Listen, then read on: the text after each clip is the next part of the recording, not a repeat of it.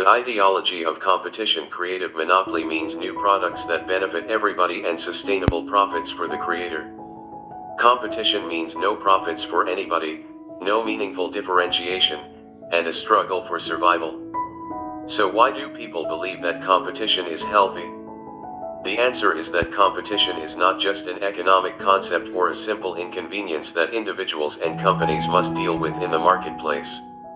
More than anything else, competition is an ideology, the ideology that pervades our society and distorts our thinking. We preach competition, internalize its necessity, and enact its commandments, and as a result, we trap ourselves within it even though the more we compete, the less we gain. This is a simple truth, but we've all been trained to ignore it. Our educational system both drives and reflects our obsession with competition. Grades themselves allow precise measurement of each student's competitiveness. Pupils with the highest marks receive status and credentials. We teach every young person the same subjects in mostly the same ways, irrespective of individual talents and preferences.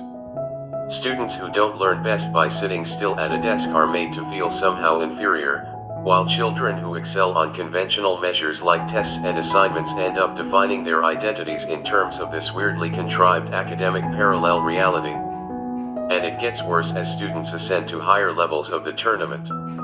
Elite students climb confidently until they reach a level of competition sufficiently intense to beat their dreams out of them. Higher education is the place where people who had big plans in high school get stuck in fierce rivalries with equally smart peers over conventional careers like management consulting and investment banking. For the privilege of being turned into conformists, students, or their families, pay hundreds of thousands of dollars in skyrocketing tuition that continues to outpace inflation. Why are we doing this to ourselves? I wish I had asked myself when I was younger. My path was so tracked that in my 8th grade yearbook, one of my friends predicted accurately that 4 years later I would enter Stanford as a sophomore. And after a conventionally successful undergraduate career, I enrolled at Stanford Law School, where I competed even harder for the standard badges of success. The highest prize in a law student's world is unambiguous. Out of tens of thousands of graduates each year, only a few dozen get a Supreme Court clerkship. After clerking on a federal appeals court for a year, I was invited to interview for clerkships with Justices Kennedy and Scalia. My meetings with the justices went well. I was so close to winning this last competition. If only I got the clerkship, I thought, I would be set for life. But I didn't. At the time, I was devastated. In 2004, after I had built and sold PayPal, I ran into an old friend from law school who had helped me prepare my failed clerkship applications. We hadn't spoken in nearly a decade. His first question wasn't "How are you doing?" or "Can you believe it's been so long?" Instead, he grinned and asked, "So, Peter, aren't you glad you didn't get that clerkship?" With the benefit of hindsight, we both knew that winning that ultimate competition would have changed my life for the worse.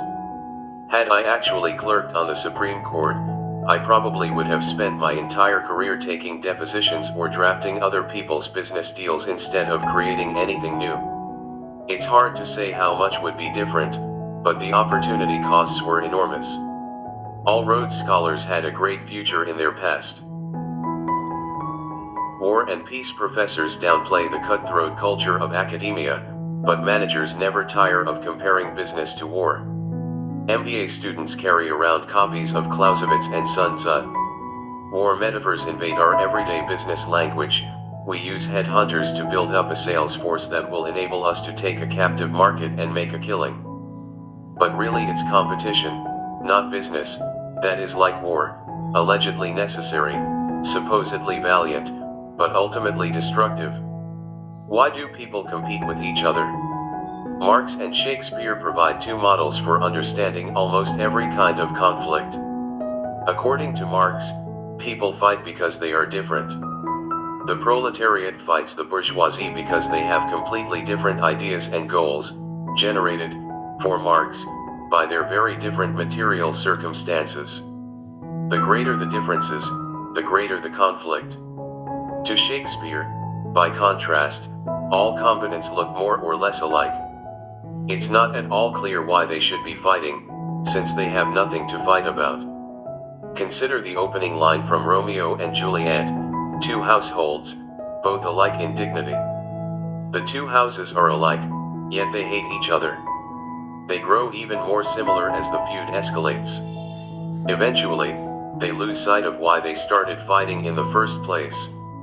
In the world of business, at least, Shakespeare proves the superior guide. Inside a firm, people become obsessed with their competitors for career advancement. Then the firms themselves become obsessed with their competitors in the marketplace. Amid all the human drama, people lose sight of what matters and focus on their rivals instead. Let's test the Shakespearean model in the real world. Imagine a production called Gates and Schmidt, based on Romeo and Juliet. Montague is Microsoft. Capulet is Google. Two great families, run by alpha nerds, sure to clash on account of their sameness. As with all good tragedy, the conflict seems inevitable only in retrospect. In fact, it was entirely avoidable. These families came from very different places. The House of Montague built operating systems and office applications. The House of Capulet wrote a search engine. What was there to fight about? Lots, apparently. As a startup, each clan had been content to leave the other alone and prosper independently. But as they grew, they began to focus on each other. Montagues obsessed about Capulets obsessed about Montagues. The result? Windows versus Chrome OS, Bing versus Google Search, Explorer versus Chrome, Office versus Docs, and Surface versus Nexus. Just as war cost the Montagues and Capulets their children, it cost Microsoft and Google their dominance. Apple came along and overtook them all. In January 2013, Apple's market capitalization was $500 billion, while Google and Microsoft combined were worth $467 billion.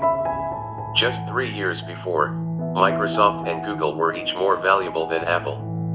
War is costly business. Rivalry causes us to overemphasize old opportunities and slavishly copy what has worked in the past. Consider the recent proliferation of mobile credit card readers. In October 2010, a startup called Square released a small, white, square-shaped product that let anyone with an iPhone swipe and accept credit cards. It was the first good payment processing solution for mobile handsets. Imitators promptly sprang into action.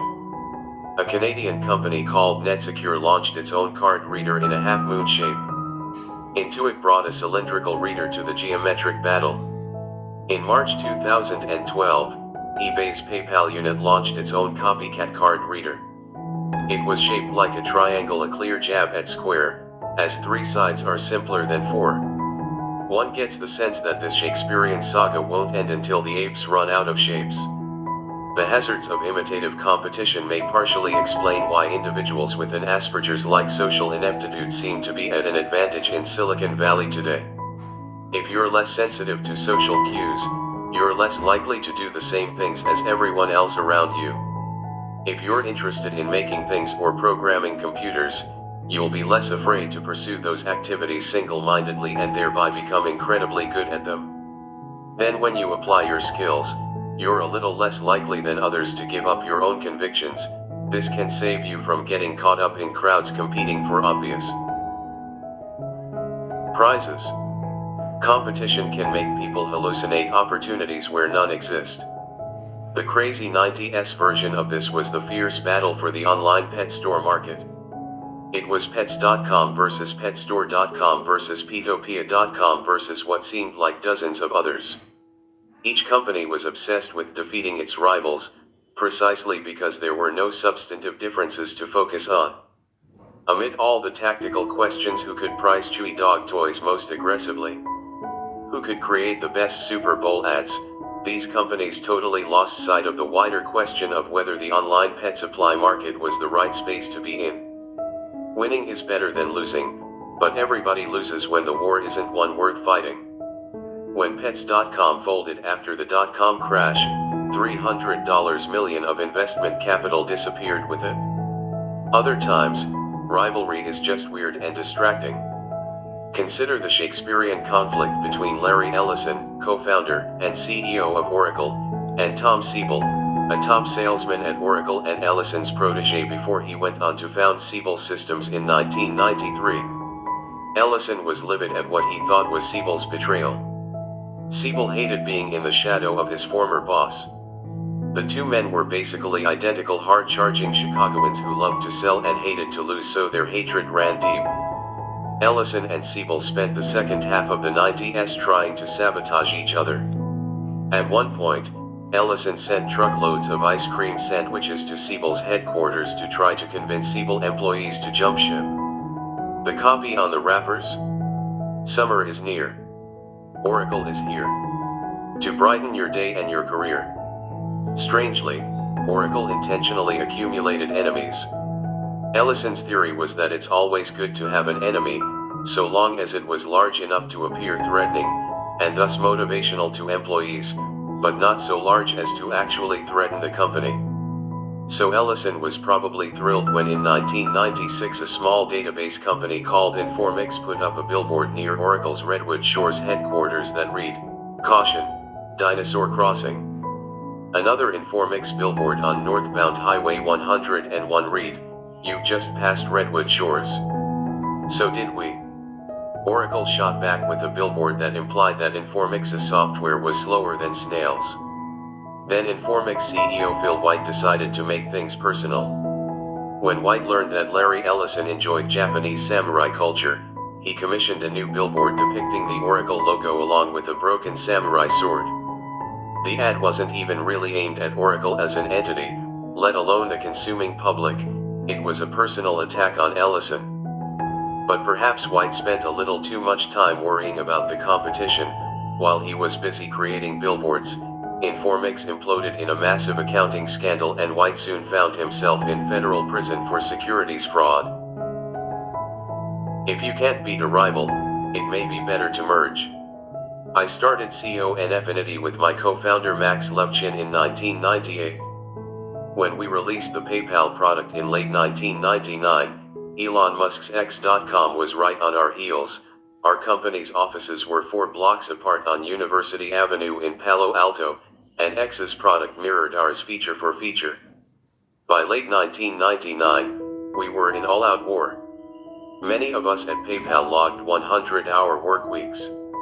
No doubt that was counterproductive, but the focus wasn't on objective productivity, the focus was defeating X.com. One of our engineers actually designed a bomb for this purpose. When he presented the schematic at a team meeting, calmer heads prevailed and the proposal was attributed to extreme sleep deprivation. But in February 2000, Elon and I were more scared about the rapidly inflating tech bubble than we were about each other. A financial crash would ruin us both before we could finish our fight. So in early March we met on neutral ground, a cafe almost exactly equidistant to our offices, and negotiated a 50-50 merger. De-escalating the rivalry post-merger wasn't easy, but as far as problems go, it was a good one to have. As a unified team, we were able to ride out the dot-com crash and then build a successful business. Sometimes you do have to fight. Where that's true, you should fight and win. There is no middle ground. Either don't throw any punches, or strike hard and end it quickly. This advice can be hard to follow because pride and honor can get in the way.